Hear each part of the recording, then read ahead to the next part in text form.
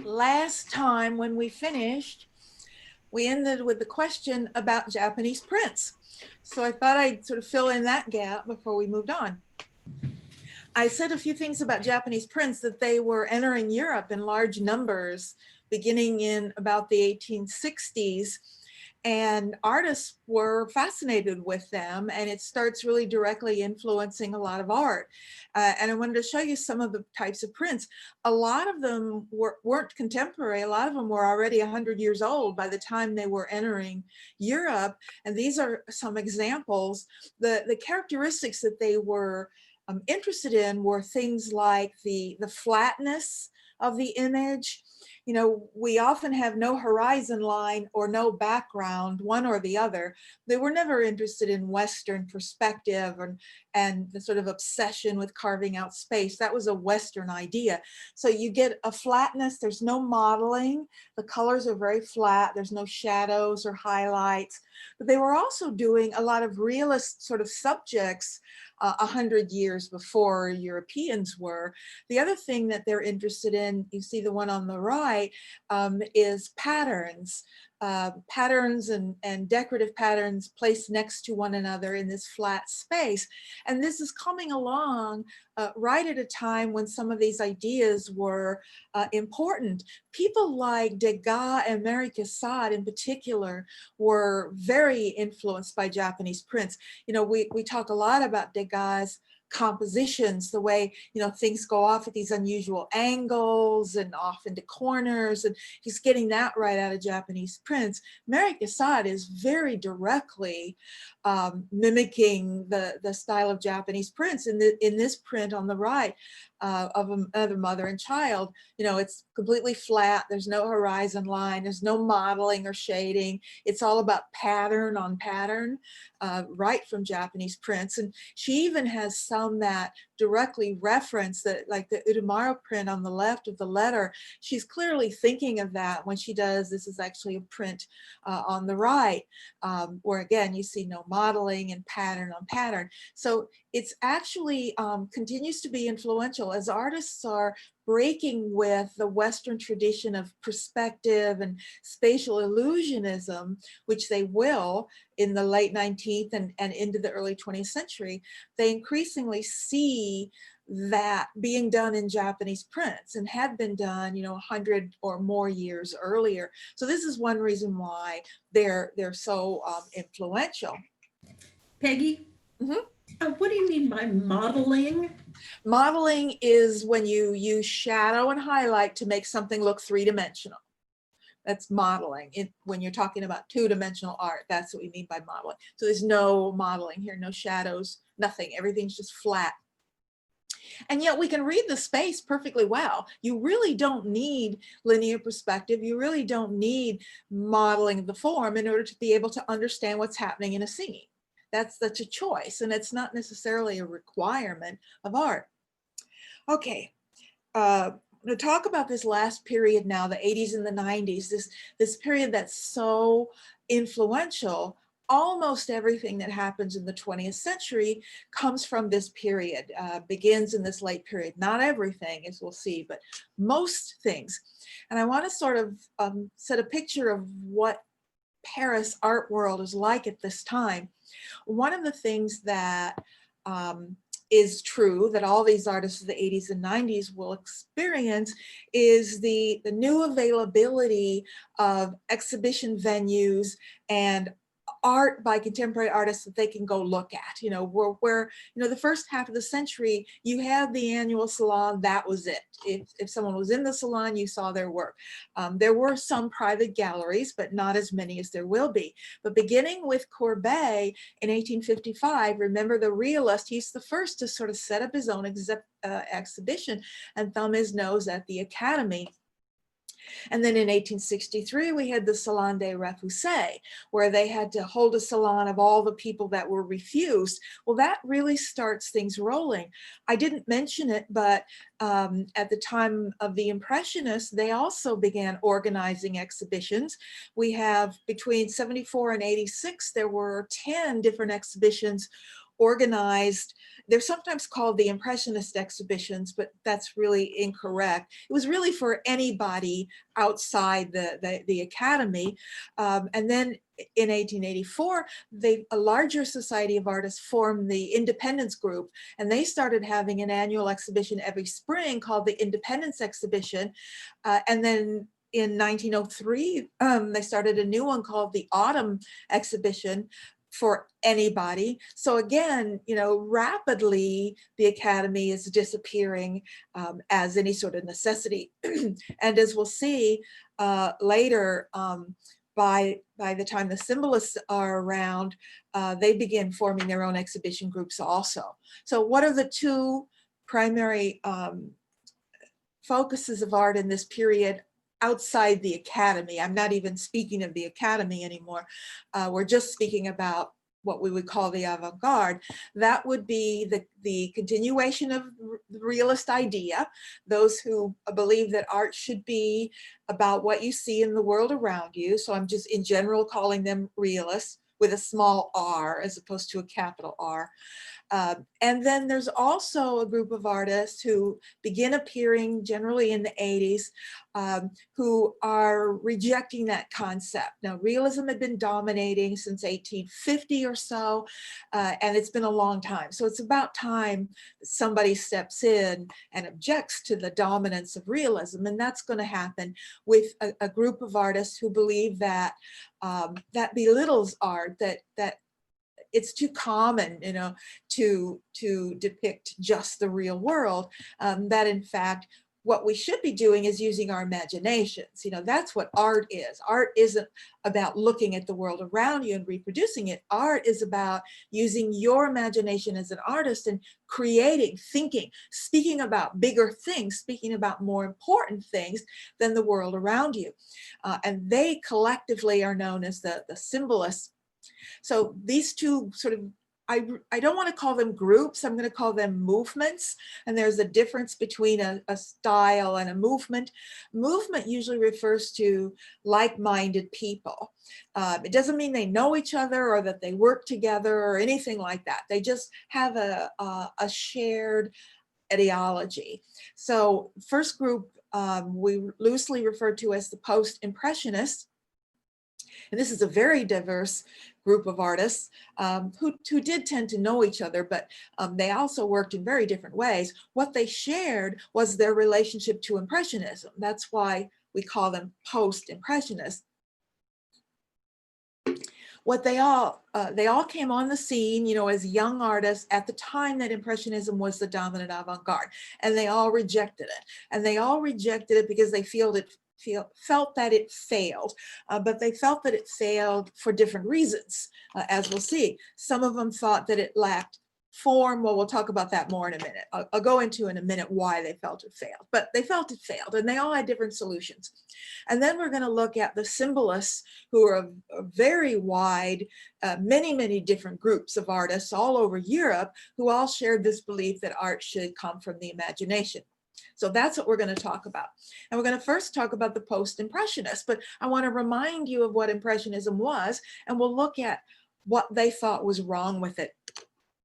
Some of them thought that it lacked form and structure, which it clearly does. Form and structure were not relevant at all to the Impressionists. Nothing's really solid. There's no real sense of space. It's just all very ephemeral. But that's part of how they saw the world and the kind of light they were looking at. So it doesn't have space. Some of them thought it was just too casual, too careless, too haphazard, which it sort of was. Some thought it lacked personal expression or emotion, which it really did, because the Impressionists weren't trying to be emotional. They weren't trying to speak about how they felt. They were just trying to show you what light does when you're outside in the light. Some of them felt it lacked the idea of artistic imagination, which, it does. They're not trying to use their imagination. They're realists. And some thought it was to really react against the idea of the fleeting moment, catching just a moment in time. Some felt that art should be timeless, and it should speak of much more timeless ideas rather than what the sun looks like for 15 seconds before it moves behind a cloud. I mean, you can't get much more fleeting than that. Impressionism, so they'll react to all these things. Another thing they're going to react to is something that was not intentional on the part of the Impressionists. All those other things I just mentioned, they were intentional because they didn't care about those things. But unintentionally, one of the things they did was change how artists related to the surface of the canvas. Now, I'm sure that at some point, if you visited the Nelson Gallery, you've all stood in front of an Impressionist painting, an actual physical painting, which looks quite different from reproductions we have to look at online. When you're actually in front of one of these, the principal thing that you see is paint. And you see it very physically because it's very thick on the surface of the canvas. These post-impressionists really become aware of that, and they start thinking about the picture plane in a very different way. Now, remember, the picture plane was this imaginary, well, in the Renaissance anyway, it was an imaginary surface that you were looking through. Remember, in the Renaissance, they wanted to pretend like it was a window that you were looking through, and that imaginary glass surface of a window would be the picture plane. But what the Impressionists are doing is making that picture plane physical. It's a physical presence of the paint, and that increasingly begins to play off against the illusion of space behind it. And I'll talk more about that when we come to certain artists. So, like, the first person I want to talk to of the post-impressionists,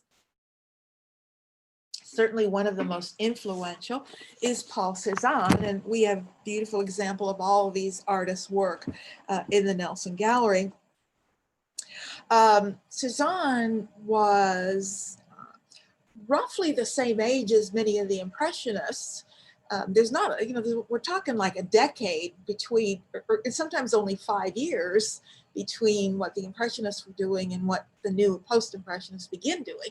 So he actually used to hang out with Monet and Renoir and a lot of the Impressionists at this cafe they always hung out at, but they didn't like him. They kind of rejected him.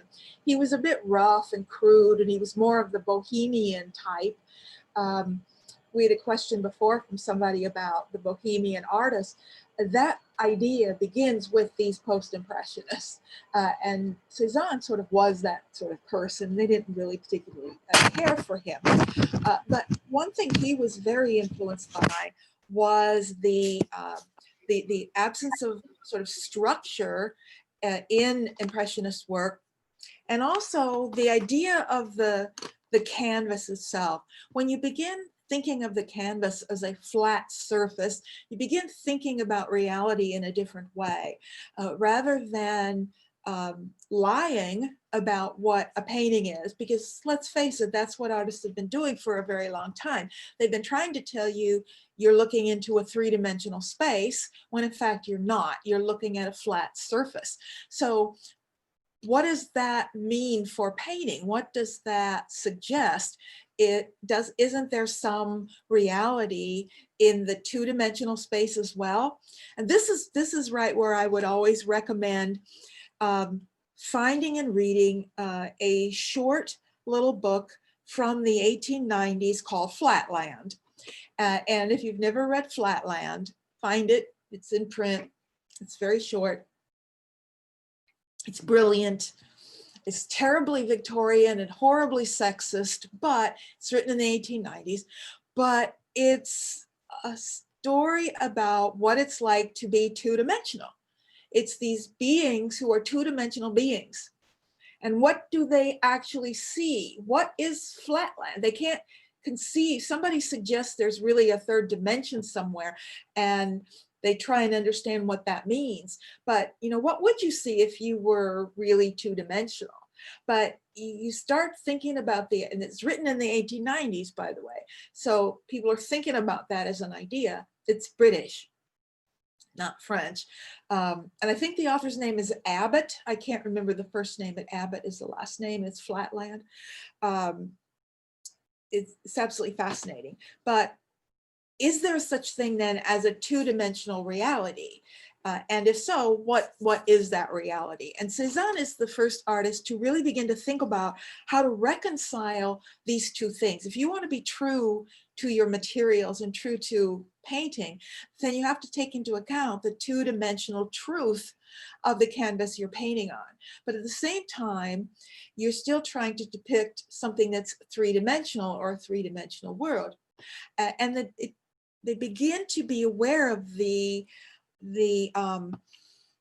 essential nature of what it means to paint a picture or draw a picture on a two-dimensional surface. If you're an artist, being a painter is inherently different from being a sculptor, principally in that if you're a sculptor, you're not translating one reality into another reality. You're taking something that's a three-dimensional, like let's say you want to do a sculpture of a person, that person's three-dimensional, the sculpture you're making is three-dimensional. But if you're a painter, you have to translate one reality into another. You have to translate something that is three-dimensional into something that is two-dimensional. And therefore, you're creating a new language. It's literally translating one language into another language. And how do we do that? How do we reconcile those two realities? This is what Cezanne is thinking about. This is one of his first works where he attempts that reconciliation, and it's by far my personal favorite Cezanne painting. I absolutely adore this small painting. You can see that he is, again, the paint is very physical on the surface of the canvas, and he's beginning to play with 2D, 3D. Once he develops his style, we begin having conflict, and I think the power in his work comes from that conflict. And here's a really good example of it, the Bay of Lestat series, and he does a number of these. We really see that beginning to happen. Now, on the one hand, intellectually, we know that this land here is farther away, because that's how we know, our mind knows to read space. We know that something higher up is farther away, something lower down is closer. And just look around the world and the world you live in, and you'll see that farther away things are higher in your point of view. However, he's painting it in such a way that it negates that. He's in a sense creating a paradox. Now, normally perspective would tell us that something farther away would be lighter in color and grayer. That's atmospheric perspective. We saw them using in the Renaissance, but he's giving us brilliant, intense blues. The bay, now that end of the bay is supposed to be farther away than this end, but he's outlining it, which is something you're never supposed to do. When you put a black outline around something, you flatten it. So he's doing that intentionally. And he's also using very intense colors. Darn it, it keeps jumping ahead. Very intense colors far away, which, excuse me, which flattens it as well. So even as your mind creates this space, at the same time, it pops back up and is flat. And right in front of your face, it becomes flat again. And so he's created that paradox, which is very important. His brushwork does it as well. He paints with these sort of parallel brush strokes that are visible and the same size. And even back here, it's the same size brush stroke. Now, that flattens it as well, because things farther away are supposed to be smaller. So if you were trying to create the illusion that this is far away, you would use small little fine brush strokes and then big brush strokes down here in the front, so that that would help your mind read it as far away. But he contradicts that intentionally. He had a very romantic side to his personality, and that creeps up in especially his later works. This series, there are several of these, the Chateau Noir, there's a very strong romantic quality to this painting. It's not just sort of cold structural analysis. And he does that through the sort of mystery of the trees.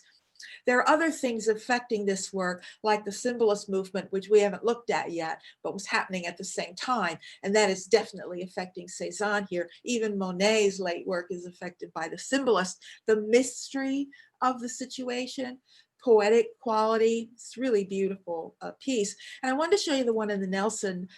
When you go in and look at this, here's another, this is late, 1905. He dies in 1906, so it's one of his late pieces. But again, he gives us 3 bands, which is foreground, middle ground, background, and yet you read them as perfectly flat, which makes you, or is intended to make you, question that 3-dimensional space. He's also giving us multiple points of view, and let me, pardon me, I'll back up, because you can see it here, where some of the buildings you're seeing more from above, some you're seeing from the side. He called this wandering perspective. And wandering perspective for Cezanne implied a more modern way of viewing the world. We're going to talk about that more as well as we get into the 20th century. Cezanne's work is immediately picked up right where he leaves off and is carried on by the Cubists. This is the birth of Cubism right here. So we'll see that, and I'll remind you of that when we get to the 20th century. And they will also embrace wandering perspective. Much of these philosophies is rooted in, and we don't have time to talk about a lot of philosophy in this class, but Henri Bergson, the French philosopher, was lecturing at this time in Paris, and everybody went to his lectures, and everyone was talking about Bergson. But Bergson was suggesting this new sense of reality, or this new way of defining reality in the modern world. He called it duration, or duration theory. And he basically said reality, our perception of reality, is not something that is fixed, but rather comes from an accumulation of experiences that we put together in our mind, and that's how we see reality. In other words, if I were to get up and wander around this room, my sense of the reality of this table that's in front of me, well, I might see some of it from the left and some of it from the front and some of it from the right, and maybe I'll lean over and see some of it from the top. My perception of that table is an accumulation of all of those points of view. Now that's an interesting idea. So if I were a painter now, how would I suggest that? Well, this is where they get the idea of showing things literally from multiple points of view. It's a way of representing this modern sense of perception. And it begins with Cezanne. He's very symbolist influenced in this work. This theme of sort of nudes in nature is popular with the symbolists a lot, and even into the 20th century. Figures like this one over on the left, this is influence coming back from 20th century movements, which are well underway by this time. So they're influencing one another. Seurat, our second artist, many of you are familiar with his most famous work. In the Chicago Art Institute, it's one of their most prized possessions. I just give you a sense of the scale here before we look at the piece this way. Seurat felt that Impressionism was far too casual. I mean, obviously he is not a casual painter. None of his scenes are that. They're very highly constructed. You know, the way the Impressionists would work, you know, a few hours of painting is done. You know, it took him 2 years to finish this painting. It's partially the working method and partially the scale. He felt they neglected the good, true French classical tradition of structure and timelessness. So this is a classical painting in so many ways, and he very intentionally wanted to bring that back. What he gives us is something timeless, but I mean, literally frozen in time. And the technique he's working with, called pointillism, excuse me, is a technique in which he creates the scene out of these very small points and marks of color, very systematically laid down. The Impressionist worked quite quickly and haphazardly. There's nothing haphazard here. It's very careful points, and we'll look at a detail in just a moment. But I want to look at the subject first. Sunday afternoon on the island of La Grande Jatte. at first glance, it may be difficult to realize the political nature of this painting. Seurat was himself closely connected with the anarchist movement. In fact, all of the artists who worked in this way, in this style, formed a circle of anarchists, and anarchy as a political philosophy was rising in the late 80s and 90s. And that's my doorbell. I'm going to be back in 1 minute.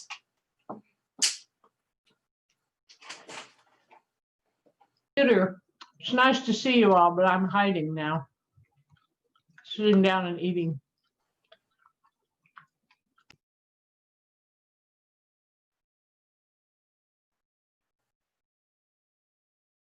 Okay, got it.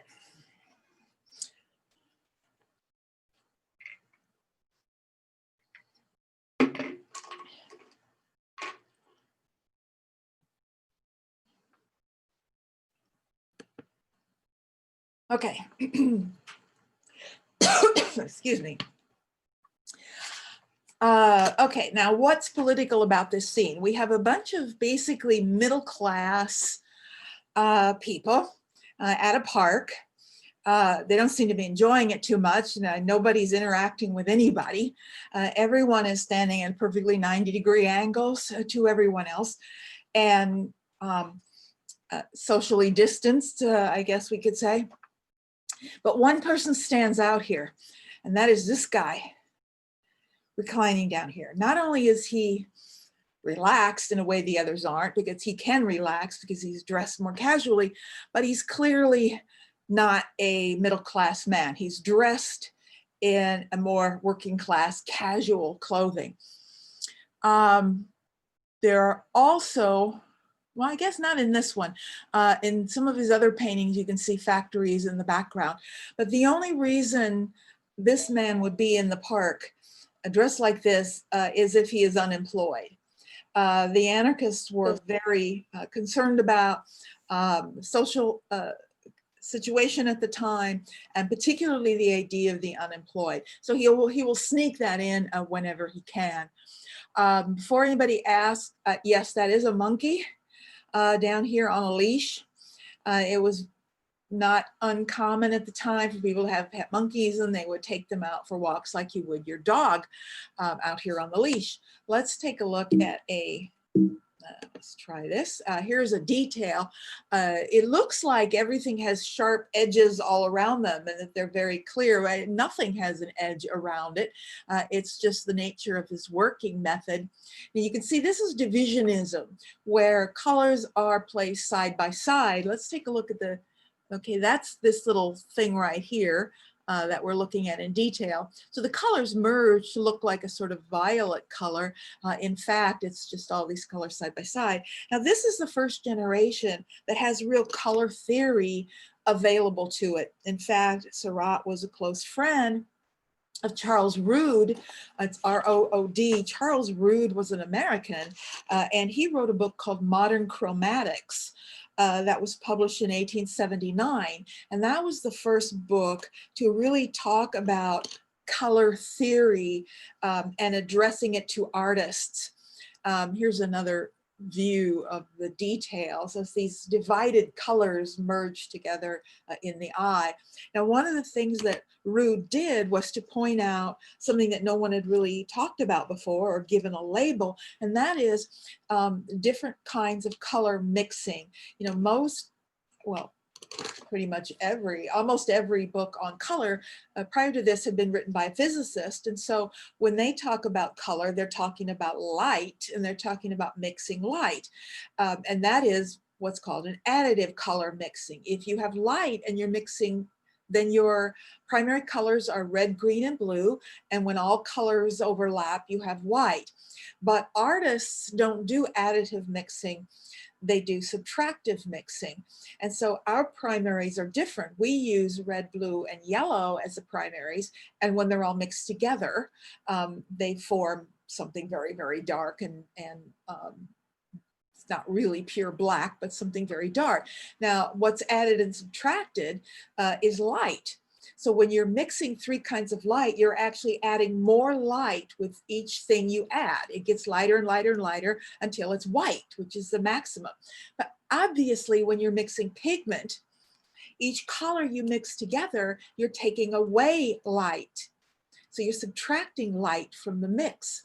So logically then, if your goal is to create a luminous painting, and that was his goal, he made up a name. He called his style chromoluminarism, which just means light colors. You know, that's all that means.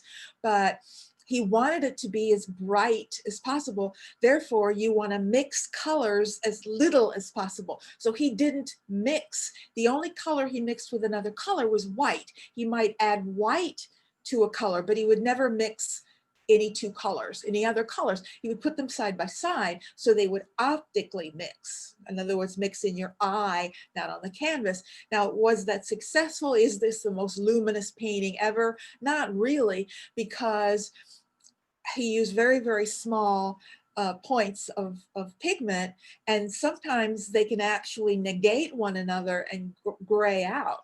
And some of his works are more gray. So it's a matter of getting just the right size and the like. But that was his intention. That's all that really mattered here, was the intent.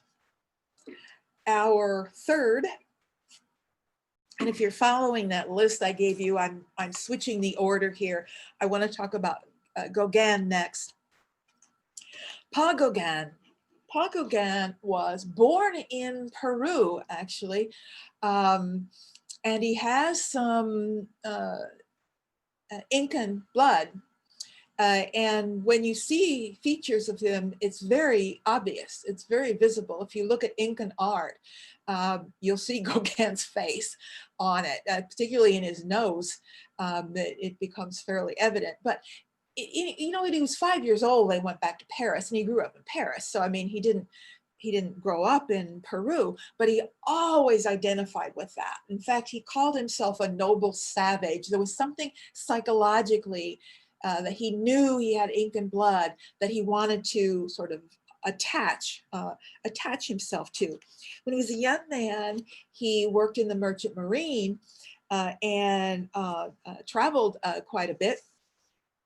And always had that wanderlust. You know, eventually went back to Paris and married and had a family, but that doesn't mean he settled down, because he really didn't. He had a wife. His wife was from Copenhagen, and he had, I think, 5 children, and he was a banker. This is someone who gets started on his career really quite late, in his 30s. But he was a banker. He was an investment banker, and he worked at a bank. And he was what we call a Sunday painter, which means he painted on weekends. It was just for fun.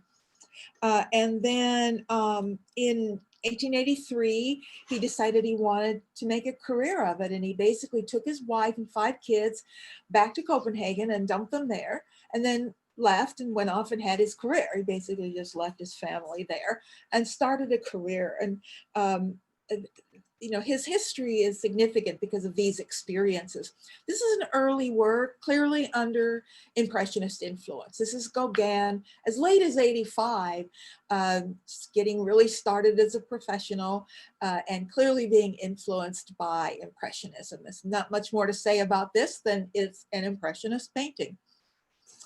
But he starts traveling again. And one of the trips he took was to the Caribbean, and he went to Martinique. You know, as a Frenchman, it was easier to get a berth on like a French ship sailing to the Caribbean, because there were still a lot of French territories, and Martinique was a French island, French speaking. So he went to Martinique. He always felt this need to escape. He thought the modern city, he hated the modern city. He said, I'm a noble savage and I must get to my roots. And so he was always looking for some place that was more primitive or less complex. And it's a good expression of the sort of disillusionment of modern life and the modern city that we see so much in the West throughout the latter part of the 19th and 20th century. He did some of his finest works in Martinique. This is beautiful painting. It's very Gauguin in style, particularly in the way he's sort of, see how he's making these little shapes. It's very much about pattern. He creates these little patterns, these isolated little shapes that he's sort of clawing out. Each one of these you could circle and identify. That's really his style. Here's a shape, and here's a shape, and here's a shape, but nothing just sort of merges together. They're clear shapes. And beautiful sense of color. Every time I hear somebody saying Gauguin wasn't a colorist, I want to scream at him. I think he was a brilliant colorist, especially in these early works. Artists who spend much of their career in Paris and then travel either to the south, to the Mediterranean, or in this case out to the Caribbean, they always have a kind of shock with this new kind of light. Paris is a very northern city, and it's a very different kind of light than they find in the south, which is why so many artists will leave the city and travel. For Trivial Pursuit fans, I'll tell you right now, in Trivial Pursuit, in the original version of Trivial Pursuit, there is a question, what artist worked on the Panama Canal? That was Gauguin, if that question ever comes up, because while he was in the Caribbean, he took a job. This is when the French were still building the Panama Canal before they gave up and sold it to America. He took a job for a while working on the Panama Canal. So nobody ever knows the answer to that. So you can be absolutely brilliant if that question should pop up for you someday. It's the only question I remember from Trivial Pursuit, but that's an important one. Okay, beautiful painting. So then he goes back to no, this is in Martinique again. This is another one of his great Martinique paintings. This is a good example of what we call gaucherie. Gaucherie. Gauche is a French word. I mean, we still use it, right? If somebody's gauche, if you say somebody's gauche, you mean they're sort of unsophisticated, is sort of what it means. Oh, don't be gauche. Well, gaucherie, which literally means left in French, when, left means you're doing it wrong. The left hand is sort of the wrong hand, right? So gauche came to mean sort of you're unsophisticated if you're using your left hand. So gaucherie in art means intentional unsophistication. Like if he's intentionally doing these figures in a very simplistic, childlike way, that's intentional. And it's a technique he's doing because because this is how he saw the people. He saw the people as sort of primitive, simple, childlike. So he's depicting them that way. He's really one of the first artists to use gaucherie, not the last by any means. When he goes back to Paris, he starts spending his summers beginning in '88 at a little French town on the west coast in Normandy called Pont-Aven, and he takes with him a bunch of younger artists, and they set up a kind of summer artist colony in this little French village. And Gauguin is their leader. He's more or less like he's almost like a guru. I mean, this is a man who is intensely self-confident. He has a big ego. He's also very educated, widely read. He's read all these philosophers, and then you've got all these younger, almost sycophants following him around as he's talking about philosophy, and he's telling them what art should be and all of this. And this is a very important place and a very important moment. He's really developing a style here. Now, as much as these things may look like realism, one of the things he preached against was realism. He says, don't ever just paint what you see in front of you. Nature is just raw material. You saw that building, great, use it somewhere, but don't just sit here and paint that building as it looks. So nothing really looks as you see in his paintings, but he does use nature as raw material. But what these young artists are hearing is, don't paint the world. Don't use what you see around you. That's not the source of art. And we'll talk about that group because they go on to be part of the symbolist movement, and they see Gauguin as a kindred spirit. And it's true, many of his works are. 91 is, he finally has enough of even the rural village in Pont-Aven is too urban for him. So now he goes off to the South Pacific. Even the Caribbean isn't far enough away. It's not primitive enough. So he goes to Tahiti. It's his first of 2 trips to Tahiti. And he's impressed by the people. He's immensely disappointed with what he finds there, because he's never going to find what he's looking for, because it doesn't exist. You know, he wrote letters to friends just before he left. He says, well, I'm finally going to Tahiti, which was also a French island at that time. Finally, you know, I can get rid of the city. I don't need money. All people do there is lay around on the beach all day. And if they want food, they just go pick it off a tree. And he was describing this world that didn't exist, and doesn't exist anywhere. You know, there's nowhere paradise where people lay around on the beach all day and don't have to work. So he didn't find it even at Tahiti, and was very disappointed. But he did find, what he did find were a lot of beautiful women, and he paints the Tahitian women. He says they were the most beautiful women he's ever seen. But this is a good example of, you know, a scene from his imagination. This isn't something he saw. It's a completely invented scene, and it's very much, you know, of his own imagination. You know, this is what he didn't care about in Impressionism. He said, quote, too many people heed the eye and neglect the mysterious centers of thought. And we'll be coming back to that idea with the symbolist, because, you know, putting too much just on your eye. And that's what Impressionism was all about. There were no artists ever lived who were more attached to the eye. Impressionism was totally about what the eye sees and how it sees it. But they were neglecting thought. And here's another beautiful example of this Tahitian work. Spirit of the Dead Watching. He was also really quite fascinated with beliefs, their spiritual beliefs, and how they paralleled sort of Christian beliefs. He did a lot of paintings that paralleled ideas in Christianity with Tahitian religion. And this one, Spirit of the Dead Watching, they believed that when someone died, you know, their spirit was still there to watch over you, not in necessarily a frightening way, but in a positive way. And you see that in a work like this. So is this a vision? He does other scenes that suggest this is visionary, like the young girl is imagining this spirit back here. It's very likely that's what he intended, because all of this background is pure imagination. I mean, this is purely abstract form. This could be fabric or a pillow, you know, who knows what these things are, but you know, he's just letting his imagination fly. And he's also sort of always been interested in fabric designs and patterns. He's really the father of what will go on to be a kind of pattern and decoration school in the 20th century. So I look back to Gauguin for his use of pattern. Okay, I saved Van Gogh for last among the post-impressionists, because I wanted to do Gauguin first, because you kind of have to understand him to understand certain things from Van Gogh's life.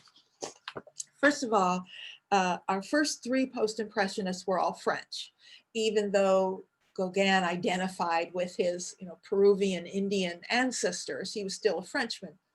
Van Gogh, of course, is not. He was Dutch. And we know so much and so little about the man at the same time, but he deserves some attention paid to him. He wasn't insane, but he did have problems. He had emotional problems. He had physical problems. He had certainly social, cultural issues. He was very, we don't know, we have no way of knowing. People have tried to understand what was wrong with them forever. It does seem very likely he was somewhere on the spectrum. He was probably autistic in some ways. It's also very likely that he had some form of epilepsy, because he would have these blackouts that could last for long periods of time. On top of all of that, he suffered from malnutrition terribly, and that will screw up everything else that's wrong with you. It's very hard to diagnose someone who has malnutrition because it just ravages your body, and every other thing you suffer from makes that worse. So, he had serious problems. I'm usually put off by the idea that he was just some poor misunderstood soul. And if he lived now, it would be all right because we understand his greatness now. That's just ridiculous. That's not true. He would be just as off-putting to most people today as he was then. We may understand his art better, but as a person, he would still be who he was. Now, because of his inability to communicate, that made problems for him all his life. He desperately wanted to follow in his family's footsteps. The sort of two careers that dominated his family were preacher. His father was a preacher. He's Dutch, so he was a Protestant. He had uncles who were preachers. The other thing was the art world. He had an uncle who ran a gallery in London. His brother worked in an art gallery in Paris. So he wanted to be a preacher. And he tried being a preacher. He couldn't ever formally do anything because he couldn't be in a formal classroom or study in any sort of normal way. He just had to go out and be a sort of lay preacher, which was not uncommon.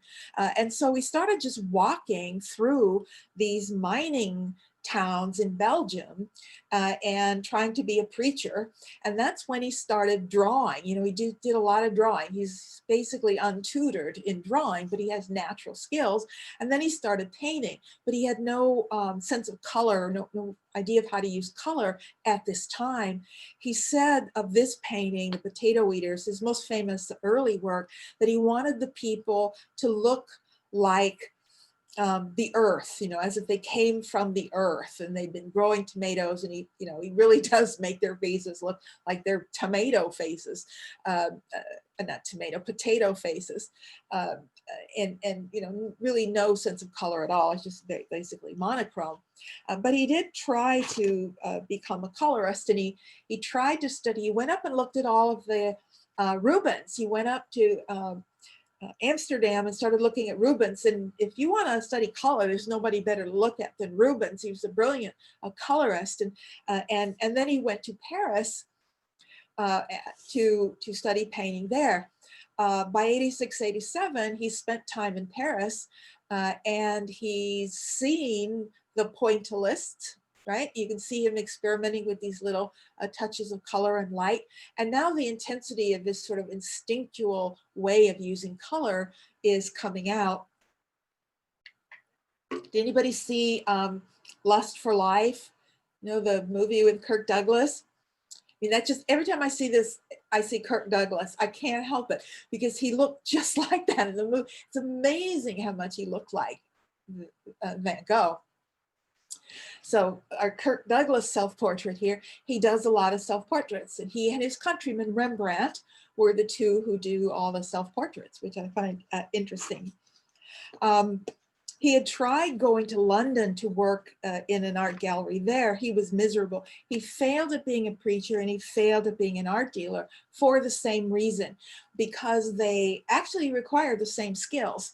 You may not think about it before, I may not have thought about it, but to be a preacher, a successful preacher, or to be a successful art dealer, people have to trust you. You have to be the kind of person that people are drawn to and that people trust. And he was not that at all.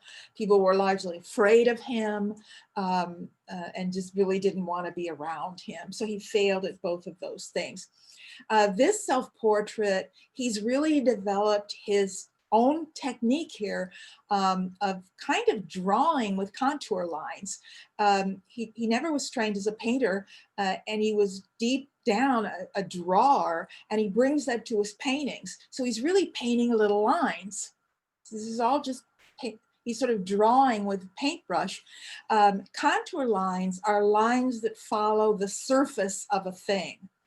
So the way these lines shape the curve of the forehead or come down the nose and shape the face. Those are contour lines. You don't have to put lines like that. You know, Cezanne didn't. He used these little vertical lines on everything. You don't have to use contour lines, but Van Gogh does. And that's what gives a lot of this energy and really life to his work. He was deeply tied to the real world. In fact, he said, you know, I can't paint something, you know, unless it's in front of me. You know, I have to see what I'm painting. And I have this color, these are his favorite colors, this yellow and violet. These are primary colors.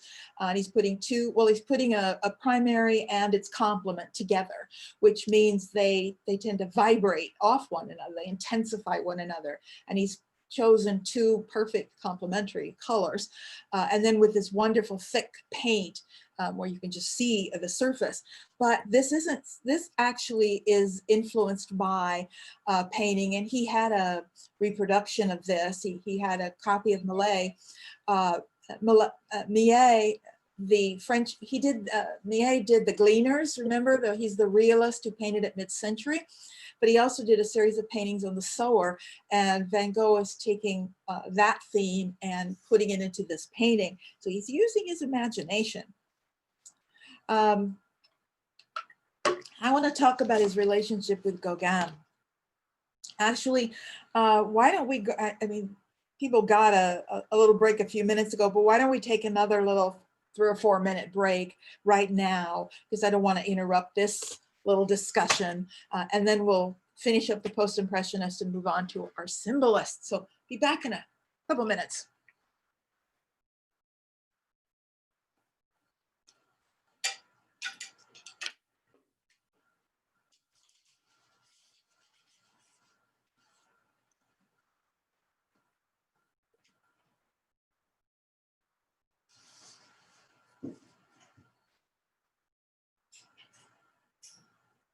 Yeah.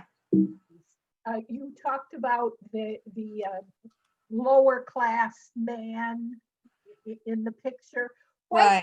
What exactly was his theory about that? I mean, was he saying that this was an unemployed no good, or No, not at all. Not at Okay. all. He was an anarchist, so he would support the working class. Okay. He's speaking of society or a culture where you have Ah. unemployment. It's just basically, we have unemployment. Okay. Not much more than that. Oh, all right. Okay. It's just point. And actually, that man looks more comfortable than everybody else. Absolutely more comfortable. Yeah. If you wanted to be any one person in this picture, he's the one you probably want to be, other than maybe the dogs, because they seem to have, you know, be a little bit loose. But Okay. everybody else is very, very stiff and very formal. Okay. Yeah. Move ahead.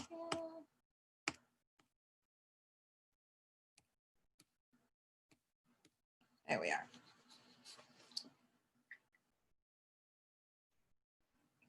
Isn't that beautiful? I love this one.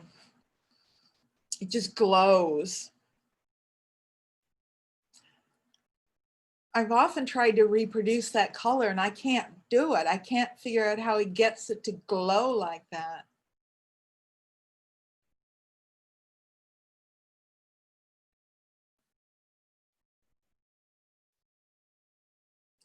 Let's see. Who's here?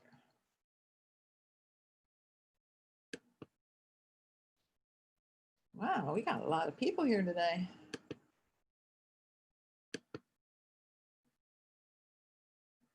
Okay.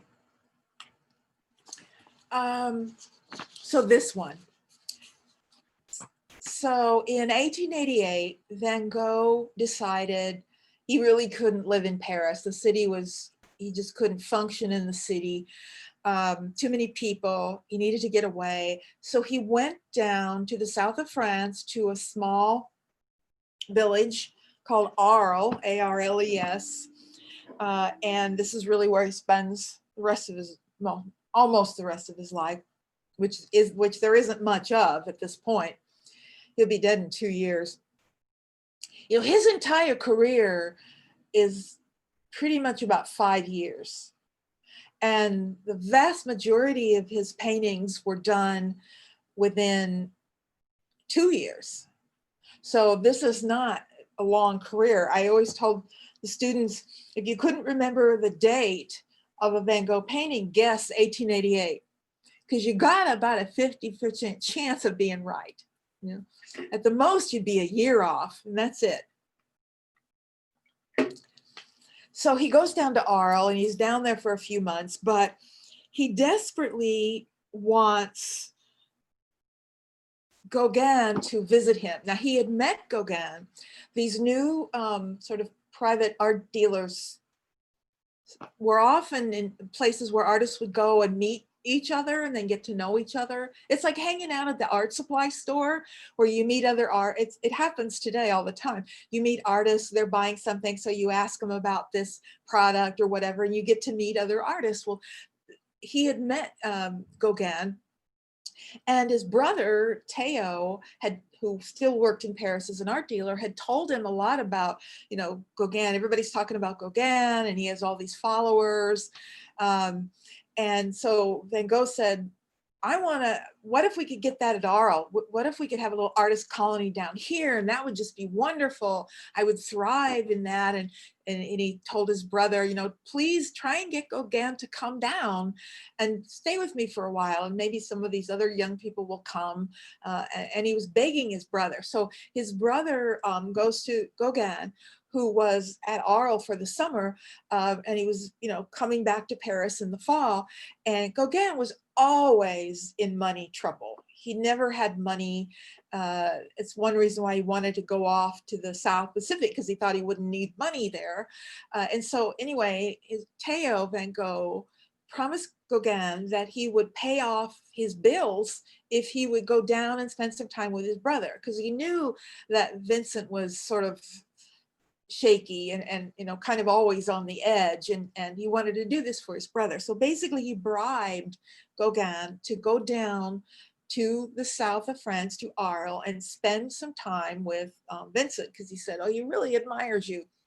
So he goes down, and he arrives in October of 1888 and finds a mess. Now, Gauguin, who's older, about 10 years older than most artists at his sort of same level. And he finds Vincent living just a mess. He's in this like hovel, and he has no food. And if you could imagine just going into the worst kind of bachelor apartment where there's trash everywhere and no food in the refrigerator, and his paint was a mess. And Gauguin was not like that. I mean, he was a neat and precise, and things had to be this way and whatever. So he goes down, and at first it worked out. He went out, got the place cleaned up. He went out and got food and cooked meals, and Vincent was eating real meals for a change, and in a clean situation. And before we leave this painting, this is a painting that he did dedicated to Gauguin that he sent to his brother to entice Gauguin down, show him, I'm dedicated. There's no question this is meant to look monk-like. He's like a monk in a monastery, right? So that's what this is meant to communicate. The problem is, it didn't take long before Gauguin went back on his traditional habits of pontificating and preaching and telling everybody how they should work and what they should do. And those things worked with his followers out in Pontauban, but his ideas were pretty much the opposite of Van Gogh's. For Gauguin, he's telling him, don't paint from nature, don't paint what you see. You should be inventing scenes and making them up. And Van Gogh, this is totally the opposite of his personality. He has to see things in front of him before he can paint them most of the time. So there are starting to be conflicts between them. Now, what you and I would do if somebody like Gauguin was telling us how we should do everything is we'd probably just tell him, listen, Paul, maybe that's how you do it, but I don't work that way. I need to work this way. But Van Gogh did not have the ability to say that. He didn't have the ability to do that. He just kept trying to do whatever he was told to do until he lost it, until um, you read it different ways. Some people said it was like Christmas Eve, but anyway, it was around Christmas of '88. He just completely lost it one day, and one night, and went after Gauguin with a straight razor. He took a straight razor and chased him out of the house. He tried to kill him. Gauguin just took off. That's it, I'm gone. He left, and he never went back, never saw him again. But that night, Vincent, in this sort of fit of self-destruction, cut off part of his ear. He didn't cut his ear off, he cut off his ear lobe, which for some reason to me just doesn't seem quite as bad as cutting off your ear. But if you know anything about earlobes, they bleed profusely. So he was covered in blood, running around this little village with a straight razor in his hand.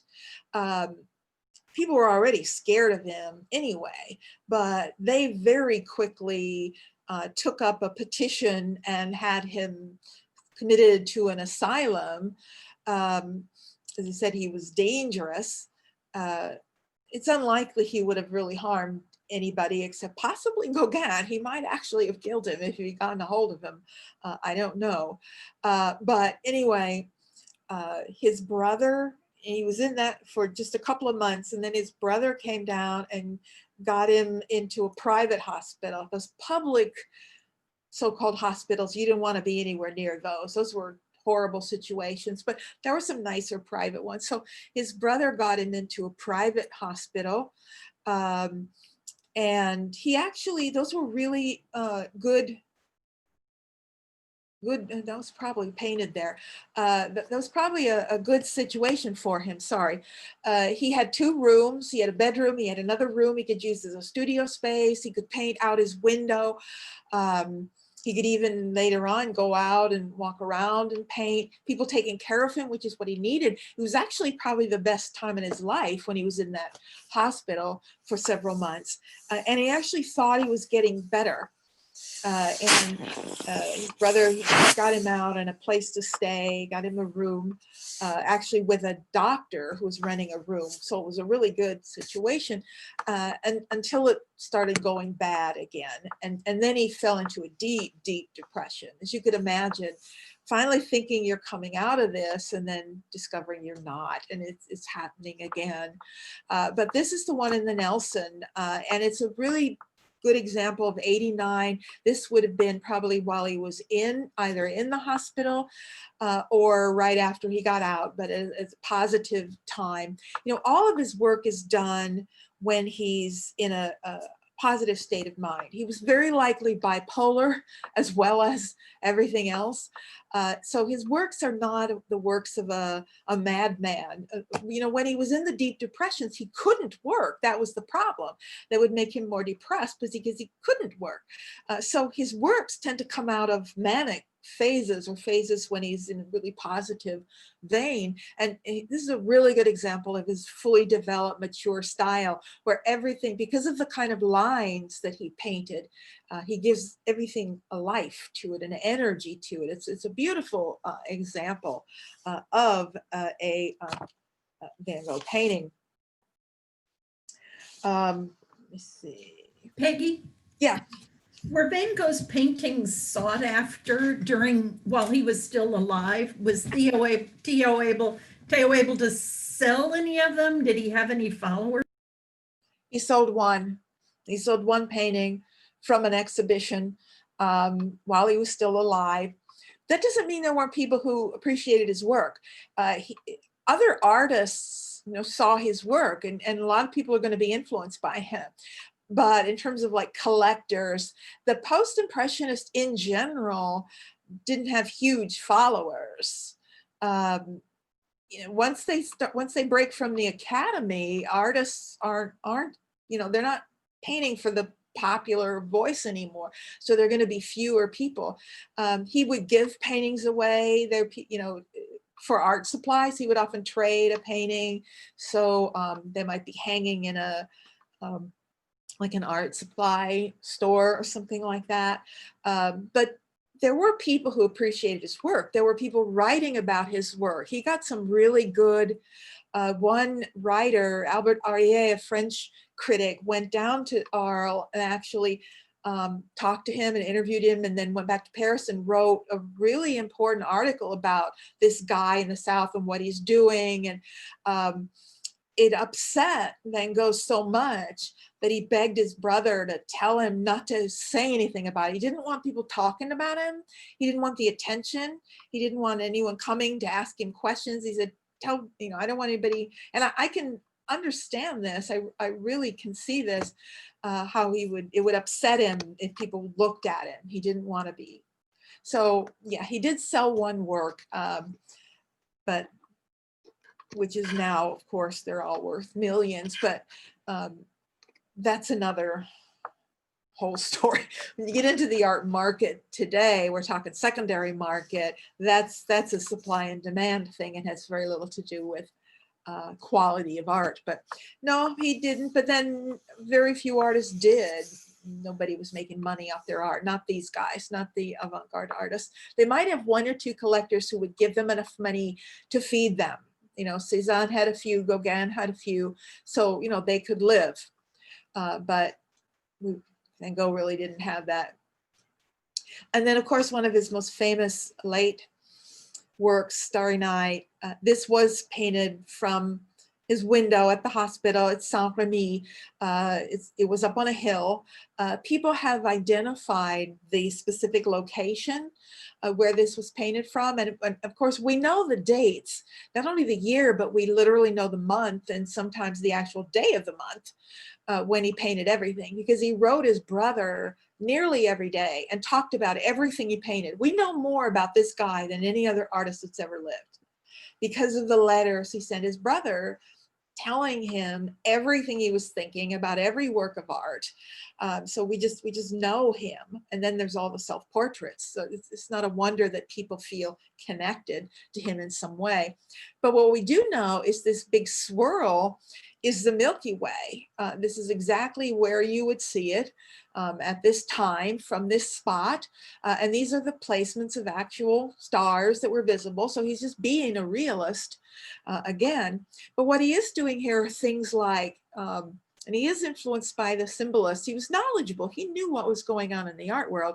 Things like this tree, this sort of flame-like form that mimics the spire of the church. You know, he was a religious person. He couldn't be a preacher, but he still really strongly believed in spirituality, and he linked it to nature. And he's sort of drawing parallels here between nature and this tree and the spiral of the church. And, you know, that's intentional. He knows what he's doing. So we see that in all of his work. So, you know, in '89, he just has another, I don't remember what month it is, but it's later in '89. It's really bad. He makes it into early 1890 and then just can't take it anymore. And he goes out in the countryside to paint and he shoots himself and he didn't die. The doctor he lived with went out and found him and they sent for his brother and he lived for 3 more days before he died. But he committed suicide. He just couldn't take it anymore. So his whole, you know, he's working in the early 80s, drawing in the 80s. He really doesn't start painting before like 87. So we're talking 4 years is pretty much it. And he started working faster and faster. So the majority of his paintings are 88.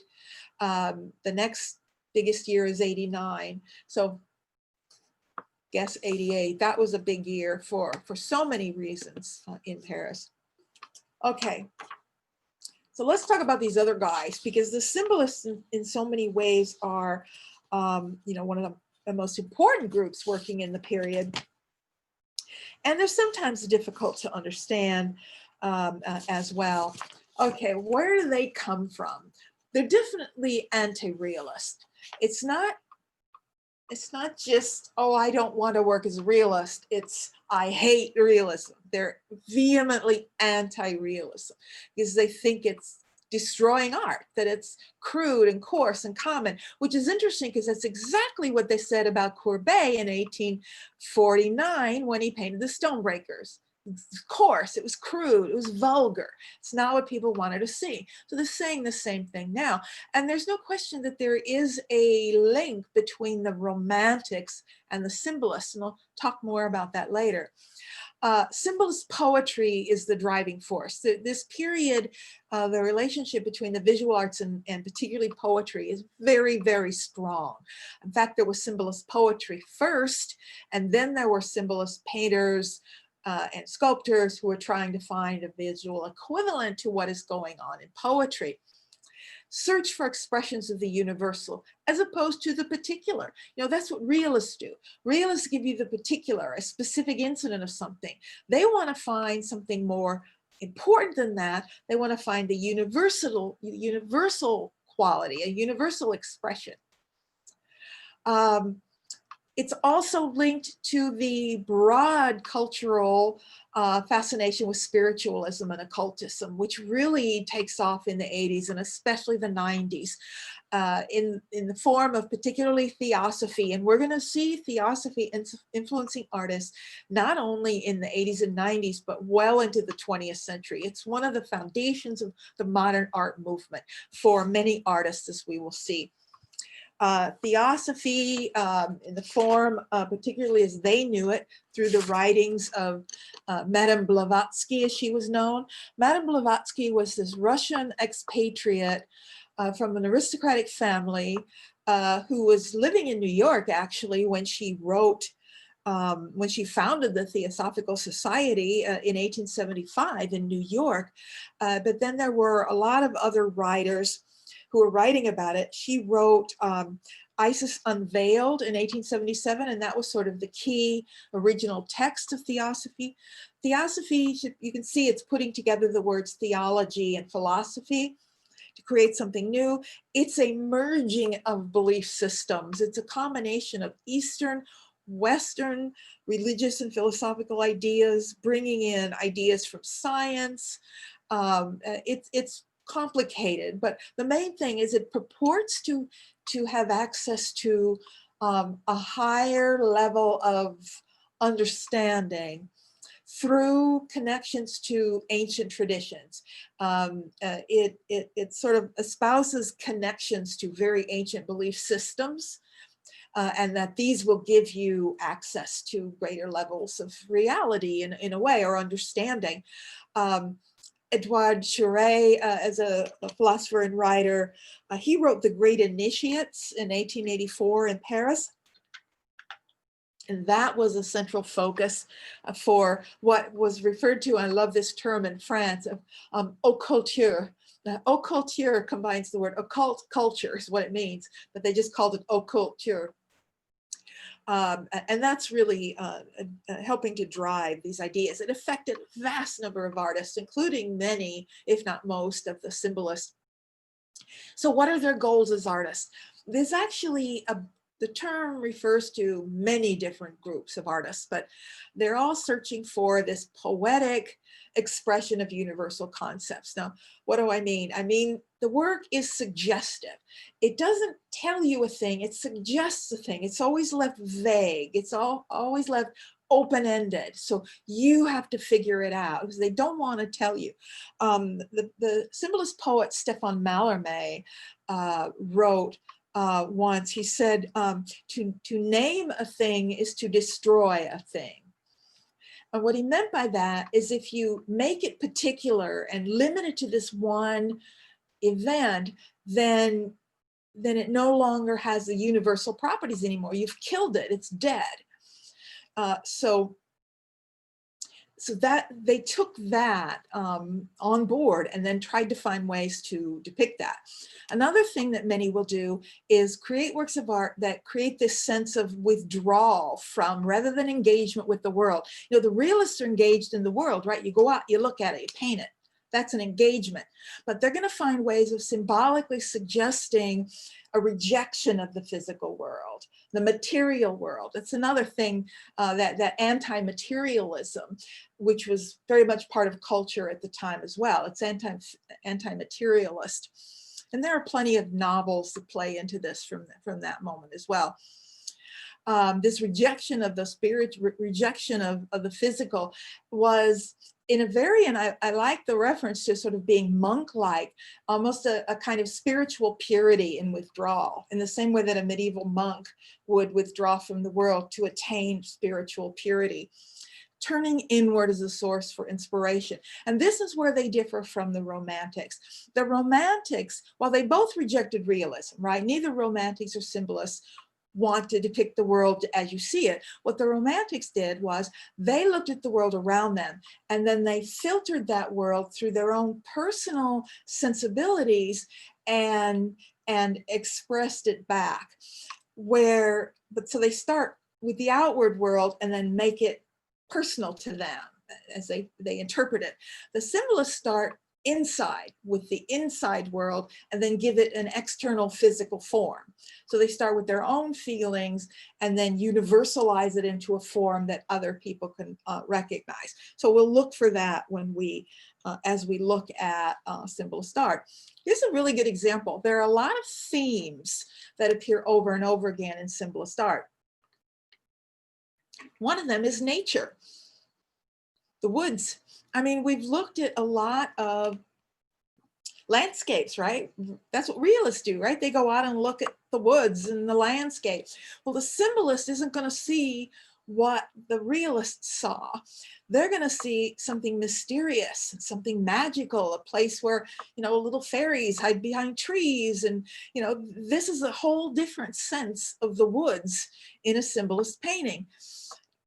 Maurice Denis was one of the young artists who was a follower of Gauguin, who would go out and spend his summers with Gauguin.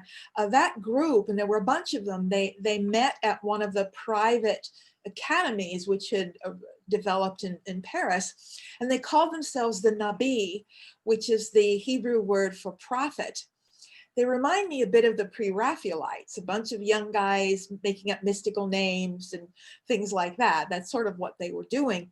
But they really firmly believed in this sort of suggestive art.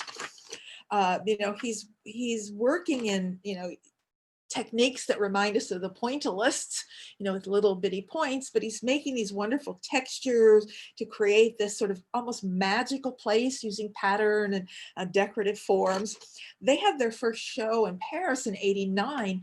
A cafe there let them put up a show of their work. This was the first show in Paris of this symbolist sensibility, and it began to draw a lot of attention. There had been symbolist shows earlier than that. 83, the first one was in '83 in Brussels. There was a show called The 20, which showed only artists who worked in this symbolist way. They refused to show any realist art. But I think never mind. One of their later exhibitions of the 20, they let in some post-impressionists, because that's where Van Gogh showed one painting, and that's where he sold it. It was from that exhibition in Brussels. But the Café of Opini, it was called, show, was the first one to show them in Paris. This is another Denis. Now it's a completely different style than the one we just saw. It's using now much more Gauguin influence. This is very Gauguin in style, flat with the dark outlines, creating these shapes. So this is much closer to Gauguin, but nonetheless, it's still this mystical woods where you see, they like to do these repetitions of forms, like all these trees repeated that create this rhythm. It's almost like a hypnotic sort of repetition of rhythms. And then these figures that are sort of shrouded, that mysterious, like what's going on in the woods and who are all these people? We don't know.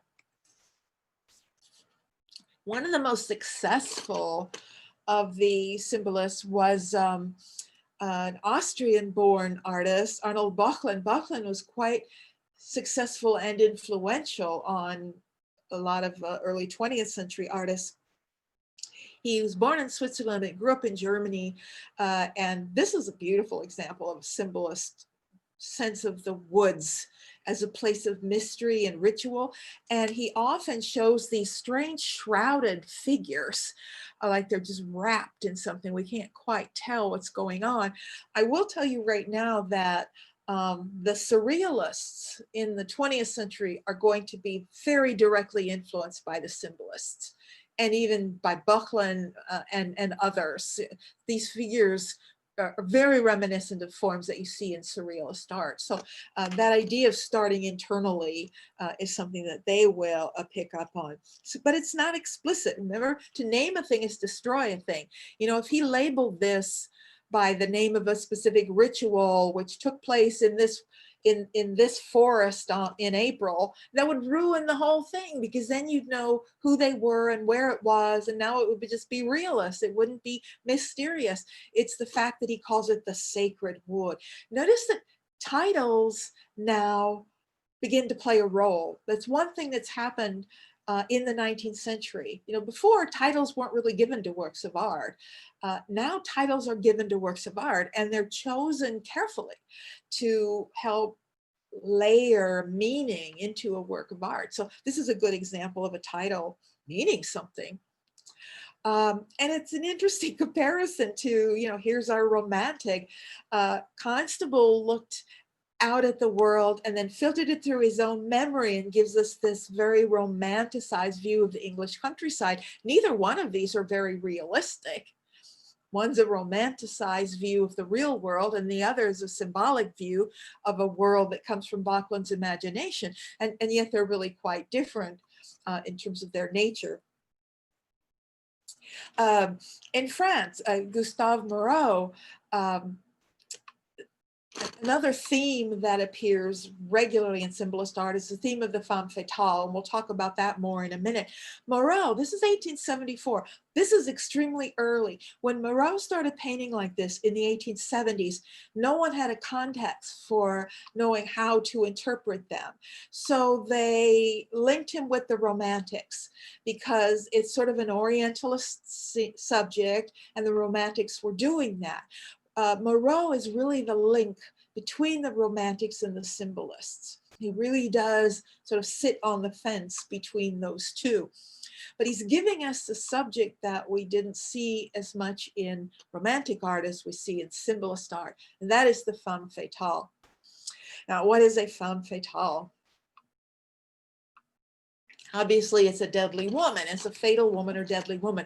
Why did they suddenly, and this is very early for a femme fatale image, you see them in Romantic art sometimes in the image of the odalisque, the woman in a harem, but they weren't quite femme fatales, but they were sexually aggressive women. They were meant to be depicted as if they were sexually available. So when did European men start to be so afraid of female sexuality? Because that's what we're talking about here. That's where it's coming from. And that's what the femme fatale is a sexually aggressive woman. It begins in the 80s and 90s in particular. It's mostly in the 90s because of the increasing presence of women. That was a decade of women. You know, we talk about, you know, this is the decade of women today, but the 1890s was very much that as well. You not only had suffrage movements, but you had women in the workforce and women demanding rights and people writing about it and books being written. And when that happens, you start finding a lot more references to fears of women. You find more violence towards women when it happens, and you also find more images of the deadly femme fatale, because that's what a femme fatale is. And there were archetypes of the femme fatale. The typical archetypes were, number one, Pandora. I mean, she's the ultimate femme fatale, the woman who brings about the death of man, the destruction of man. Eve is often another Pandora. In this case, Salome, the death of John the Baptist, but they're all archetypes for a type of very sexually aggressive women. And we see it everywhere in art. Now look how this is a good size. You know, his paintings are large. This is like over 5 foot, but he's creating this almost hallucinatory image. It's pure sensuality and poetry. You know, you wouldn't know looking at it what it was. There's nothing that specifically identifies who these people are. It's this world of opulence and sensuality. You can almost like smell incense in the air. You know, one of the things, another thing I should say, that is influencing art in the late century is an interest in the senses, and in particular, the merging of the senses.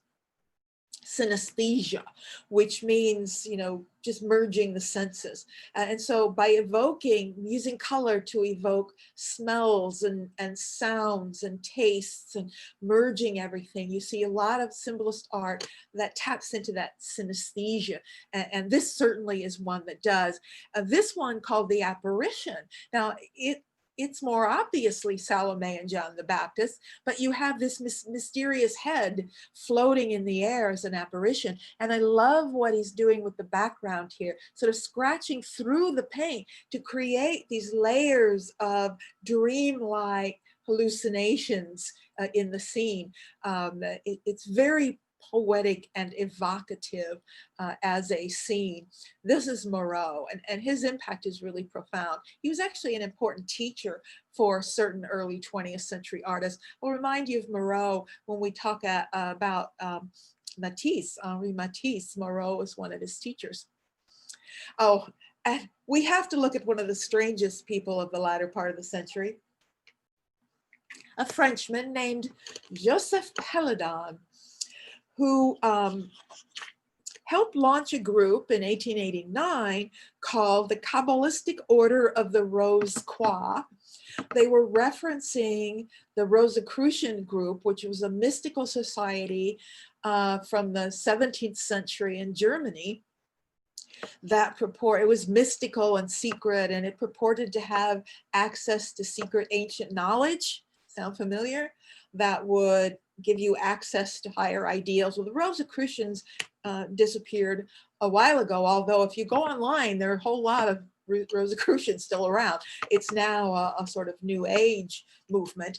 But when he had a dispute with those people and left and formed his own group in 1890, which was called the Order of the Rose-Croix of the Temple of the Grail. Now, can you get more secret society than that? I mean, it's positively medieval as an idea. And that's when he took the title Tsar and called himself Tsar Péladan. Tsar was a title used in ancient Assyria, and he started growing the beard to look. This is a sculpture of an ancient Assyrian king. So he's wearing his beard and wearing the long robes. It's basically an exhibition society that sponsored art, it sponsored symbolist art. It wasn't really as mysterious or secret as they tried to pretend. It was quite well advertised. Everybody knew about their exhibitions. And it was really basically just Péladan. There wasn't really a group of artists who were like members of the group. There were a lot of artists that showed in their exhibitions. He sponsored 6 of these Rose-Croix, and he always wrote it Rose plus Croix, but we read it Rose-Croix. It's rose and cross is what it means. So the depiction is a rose with a cross, which is a symbol of the ancient Rosicrucian group. And there were 6 of those. They had exhibitions in France, Belgium, Netherlands, Switzerland, and in Scandinavia. It's really less occult as a group than it sounds. Really more of about an aesthetic. You could get in as long as you painted in a certain way. One of Péladan's favorite artists who exhibited in more than one of the Rose-Croix exhibitions was a Belgian named Fernand Knopf. And Knopf is incredible. I love his work. He started out sort of as a realist and always remained attached to a kind of verisimilitude. So there's a truth in detail, but the subjects are not realist subjects at all.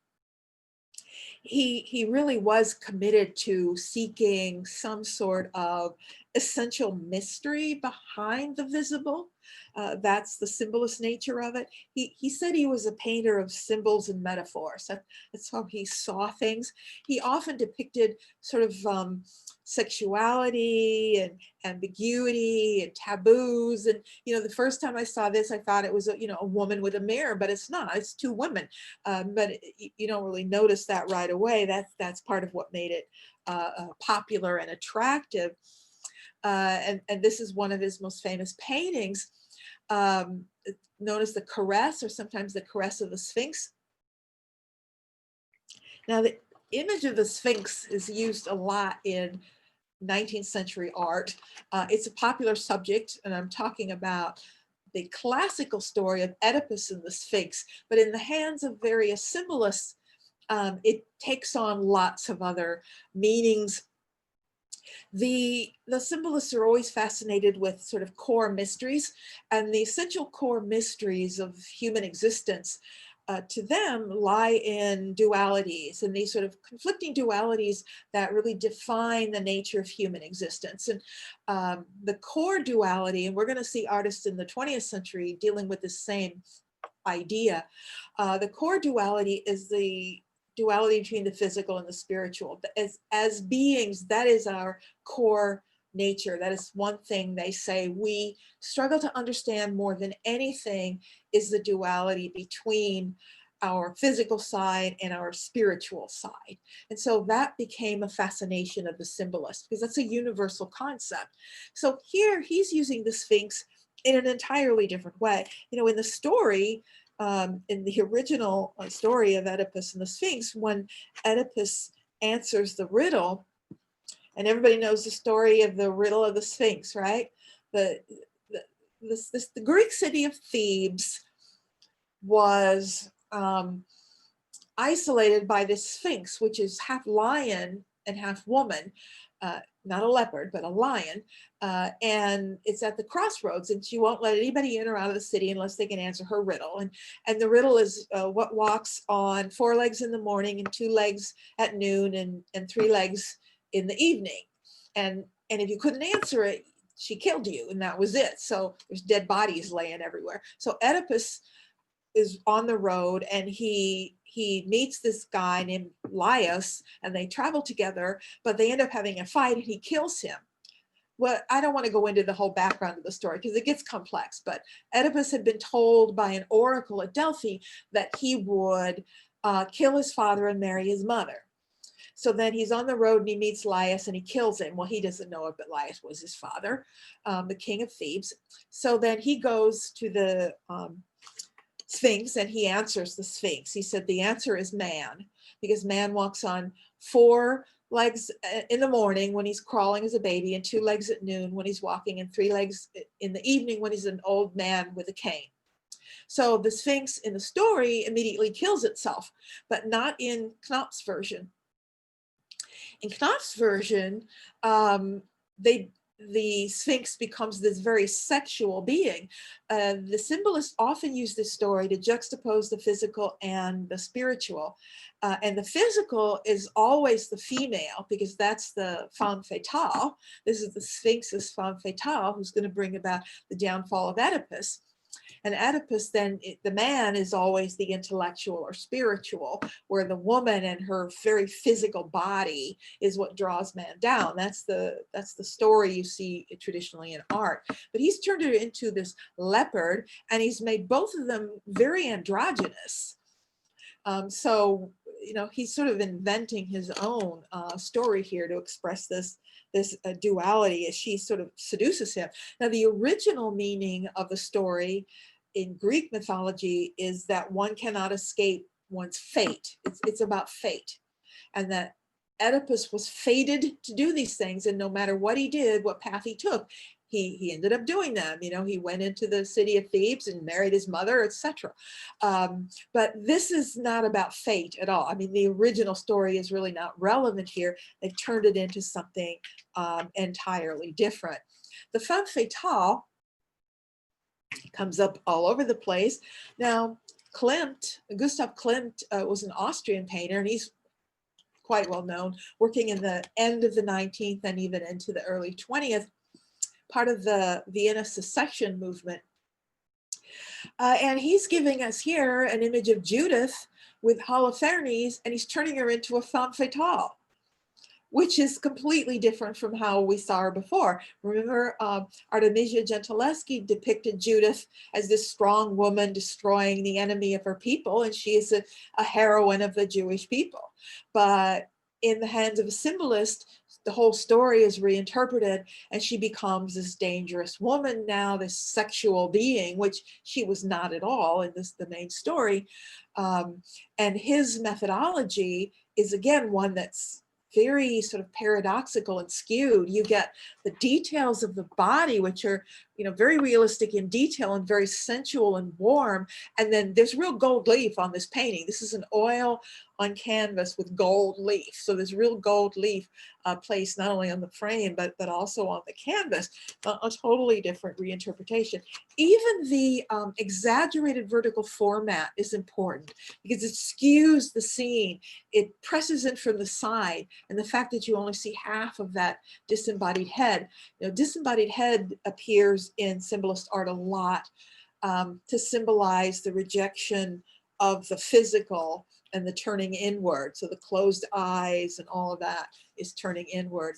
But Klimt's popularity was in his portraits, and he was an extremely popular portrait painter. I think his portraits are unlike anybody else's portraits ever. Everyone wanted to be painted like this.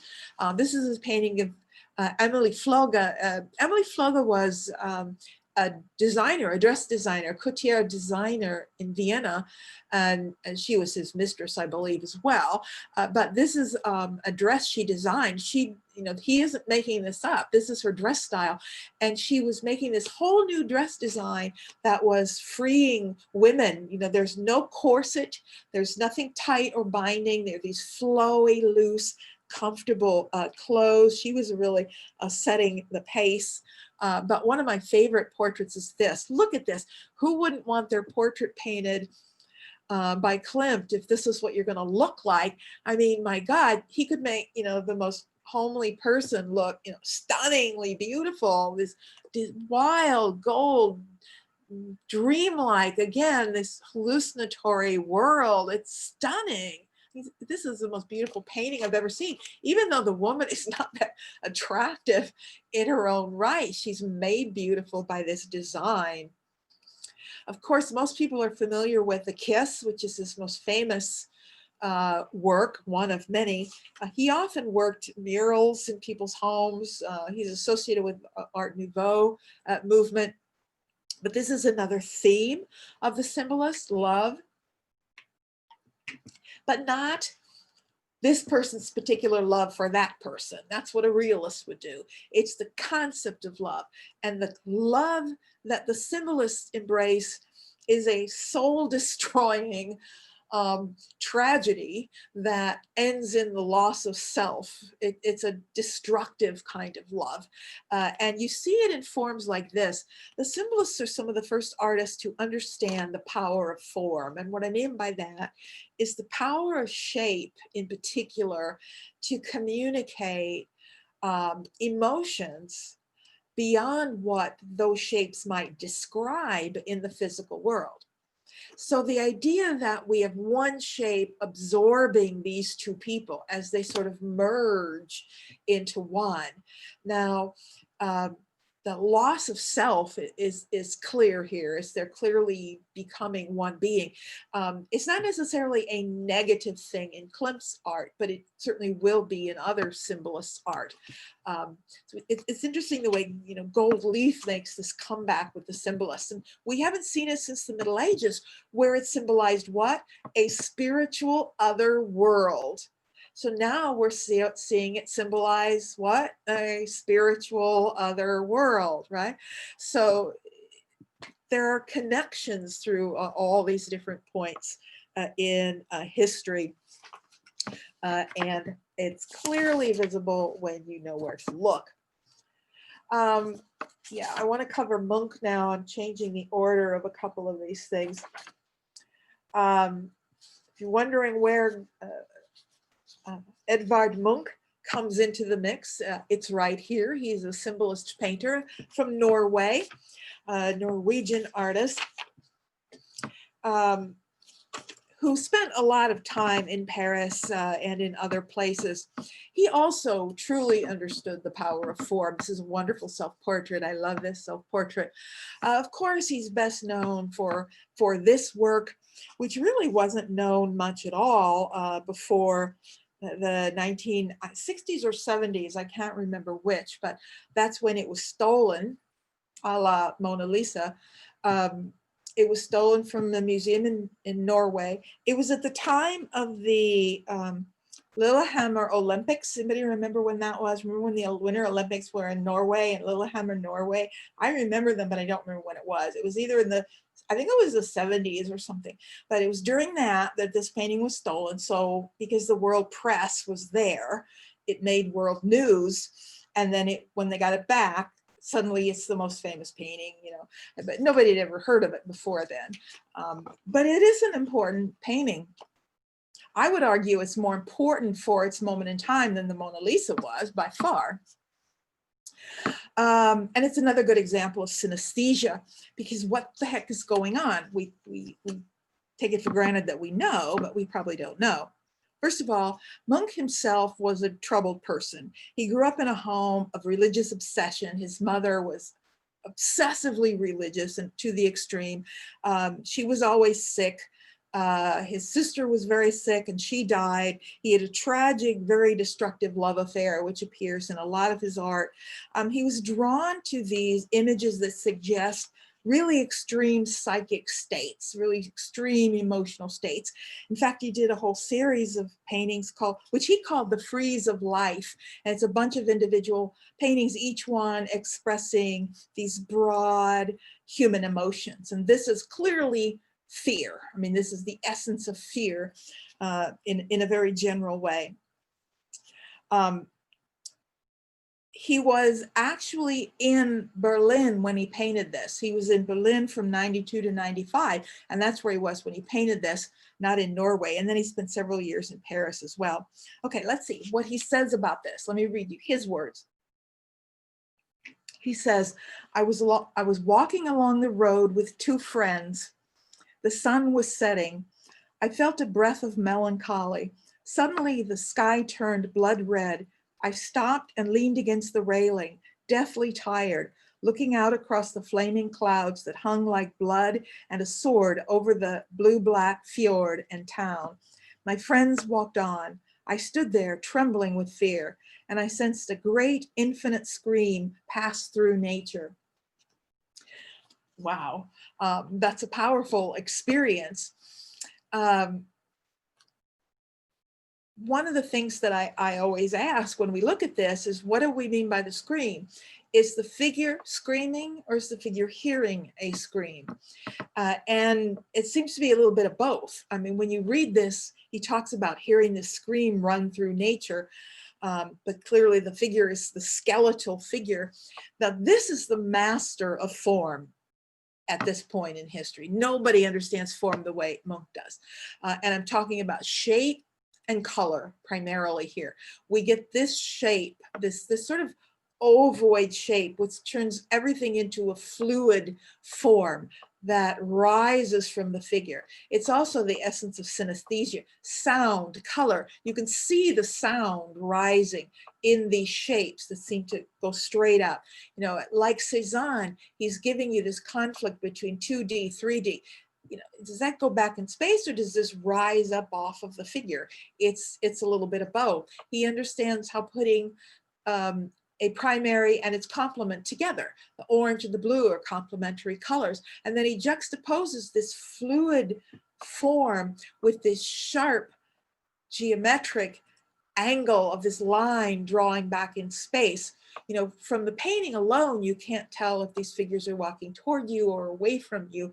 From what I just read, it suggests they're his two friends walking away from him. But when you first see it, they seem like people who are maybe, you know, coming toward you in space. So its power of evocation is through its form, not its subject, because we don't know what this, we don't really have any idea what the subject is. What we know is the colors, what we know is the shapes and how they relate to one another. So it's one of the first paintings that is really speaking to us primarily through form rather than subject. But my favorite Munch painting is this one. It's also in the frieze of life, or the sort of universal expression of human emotion. It's called Puberty. And it's to me, I see it as another femme fatale. It's a femme fatale being born. This is a young girl who is just entering her sexuality, which seems to rise from her in this ominous black shadow that looms on the wall behind her. To Munch, this is an image of fear. And it's her looking right out at you. So it's a powerful message and another example of the femme fatale, which he's going to take in every direction he can. He does a number of these vampire images. It's very like the Klimt, where you have the two figures merging. One is sort of shaped over the other and is sort of absorbing that figure. In this case, it's the female now with the long red hair, which reminds me of the pre-Raphaelites, right? And the women with the long hair down, and the man is just non-existent, being absorbed. I mean, you know, that's what vampire meant at the time, even as late as the 30s. If you look at old movies from the 30s, you will sometimes see someone referencing calling a woman a vampire, because that's where the word vamp comes from. It meant that she was destroying this man. She was sucking the energy from a man. That's what an aggressive woman who destroyed a man was called, a vamp or a vampire. So don't take this literally to mean vampire like Dracula. I take it to mean a woman, another femme fatale, not literally a vampire. But you know, if you've ever read the original Vampire, that was also about female sexuality, is really what dominated the theme. Forget that little sculpture in the corner. I have that in there, and then I changed the sequence, and so you haven't seen that yet. That was to remind you of something you haven't seen yet. So forget about it, because I'm going to show it to you right now. Sculpture. Is there symbolist sculpture? Yeah, I want to show you one work by Camille Claudel. There was a movie out about Camille Claudel a few years ago, which I didn't get to see. Maybe I'll get to see it at some point.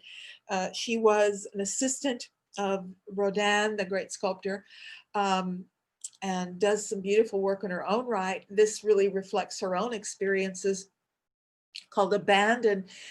She had a relationship with Rodin, was abandoned by him, and actually ended up in an asylum for many, many years. But this is a very strongly felt and personal thing for her. But again, we get this loss of identity, merging of the figure. And here is the detail where you see, again, the one figure sort of being absorbed by the other. And I just want to look at one work by Rodin. If you're wondering where to place him, he is a symbolist, and his work fits into this movement as well, but is often misunderstood. This is his most well-known work. It's known as The Gates of Hell. It's a commission. He was commissioned to do this work. These were meant to be the doors of a new museum that was about to be built. It was a museum of decorative arts in Paris. They were about to begin, and he got the commission. to create these bronze doors. And there's a tradition for the bronze doors. We know that, we're familiar with this tradition. Goes back even earlier than the Renaissance. We saw bronze doors going back to the Ottonian period, like around 1000, the first bronze doors we saw. And this is, of course, the Gates of Paradise by Ghiberti. This is the one where we have the replica in the Nelson Gallery. So the tradition is there, but it's a very different one. This is not a religious building or religious scene per se, and he's depicting it in a different way. Rather than creating these discrete little sections and having a story unfold, he's giving us something really quite different. It's actually loosely based on Dante, and it's filled with these figures that rise and fall and swirl around one another. Here's a sort of detail. There's no smooth surface. There are individual scenes of lovers, and it's not decipherable. It's not a code. So it's hard to understand all of it. It's a huge, he thought of it as a huge poem of life. It's about life. And he did individual pieces of most of these. So you may have seen sort of freestanding sculptural versions of objects that ended up being in this scene. It's about life, but it's also about hell. This is sort of lovers in hell. And if you read Dante's Inferno and all the different levels, the swirling lovers and in the whirlwind, you'll see it. The upper portion is actually a scene of the Last Judgment. And right in front in the middle is the thinker. This is where the thinker's created. Of course, we know there are many freestanding versions of it, but it really belongs here. It wasn't meant to be a freestanding anything. It's surrounded by this whirling forms of the Last Judgment. And, you know, what is he doing there? All of the meaning comes from this context. The figure isolated from the context loses all of its meaning. At the very beginning, he had intended it to be symbolize Dante, but then he changed his mind and he wanted it to be much more metaphorical. And in the end, he wanted it to be a symbol of the intellect, because he's a thinker. He's an intellect sitting in the middle of this ocean of emotion. And he meant it not to be a positive thing, but a negative thing. It's about the impotence of realism in a world of sensual emotions. He's a symbolist, remember, he's not a rational realist. Its meaning is sort of anti-rationalism, or the failure, not anti, but the failure of it, that we can't really understand or interact the world if we're purely rational, because it's not a rational world. It's a world of sensuality and feeling. The work itself, he worked on this for like 30 some years and never finished it. They pulled the commission away from him. You know, the politics changed and it was no longer political, but he never did finish the doors. So they never were used as actual doors. But this is my favorite Rodin. I love a lot of these that people don't see. The Crouching Woman, this is pure symbolist. Again, you get this shape, this one powerful shape that circles the body and suggests, it doesn't tell you, it suggests something. It suggests some kind of emotion. What's going on? What is she thinking? It's evocative without giving you the specifics. And that would be the power of the piece. This kind of sums up the conflict between the two. I love these two self-portraits, two Germans.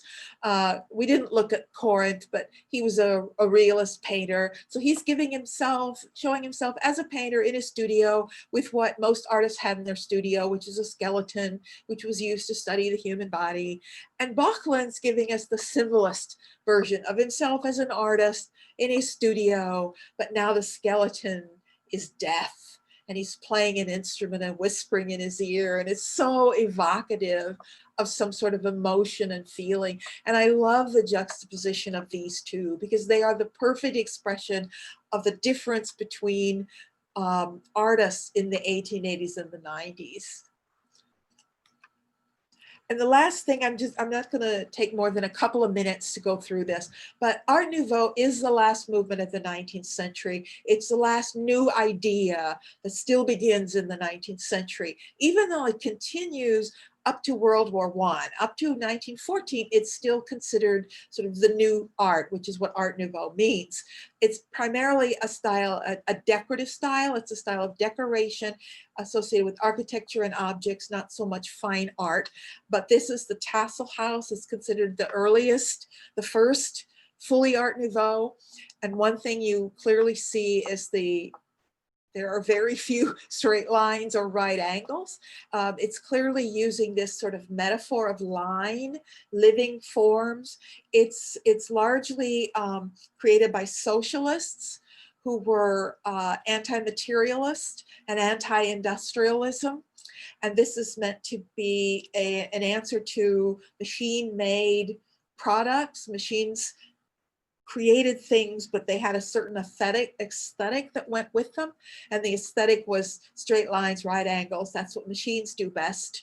So these are handmade, and they reference the living.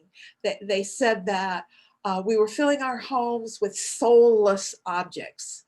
The machines were creating soulless objects, and they saw that as, a political issue. And so this sort of return to hand making, and you see the details here, hand creating these living. This is Victor Horta's own house, the Horta house, where again everything is organic. Hector Guimard, all of the metro stations in Paris were made at this time in this organic style. But of course, it's furniture design. It's, of course, Tiffany in America. When we think of Art Nouveau, we think of Tiffany, the Favril glass, the plant-like forms, the living forms. This is more Tiffany glassware. And of course, the lamps that were associated with Tiffany and Company. Beautiful, just as gold leaf is revived, stained glass is revived. They really look to the Middle Ages. They look to a pre-industrial world as a source for when people made things by hand and made things they could feel good about. More Tiffany glass. Oh, this is Art Nouveau. Beautiful jewelry, Lalique jewelry designs. Yeah, Art Nouveau is everywhere, right up to World War I. And when World War I ends, it looks old-fashioned. After World War I, this suddenly looks completely old-fashioned. Now, the problem with Art Nouveau is it was a complete and utter failure in terms of what it was trying to do, which was to get these life-affirming forms and objects into people's homes. The problem was it was extremely expensive to hand make things. There's a reason why the Industrial Revolution happened, because it's cheaper to make things with machines and everybody can have them. So going back to hand making things was never going to be the solution to the problems that were genuine in industrialism. But when we get to the 20th century, we will see how that problem was solved. But that doesn't happen until after World War I. So this was never anything but an art style for really wealthy people who could afford to buy these really beautiful handmade things, unfortunately. So that is the 19th century. We are ready to jump into the 20th next week. And that is what we will do. Thank you, Peggy. Wonderful once again. Really enjoyed It was. Yes, You're it was. welcome. You're very welcome. And I'll see everybody next week. Okay. Thank Bye-bye. you. Bye-bye. Bye-bye. Bye.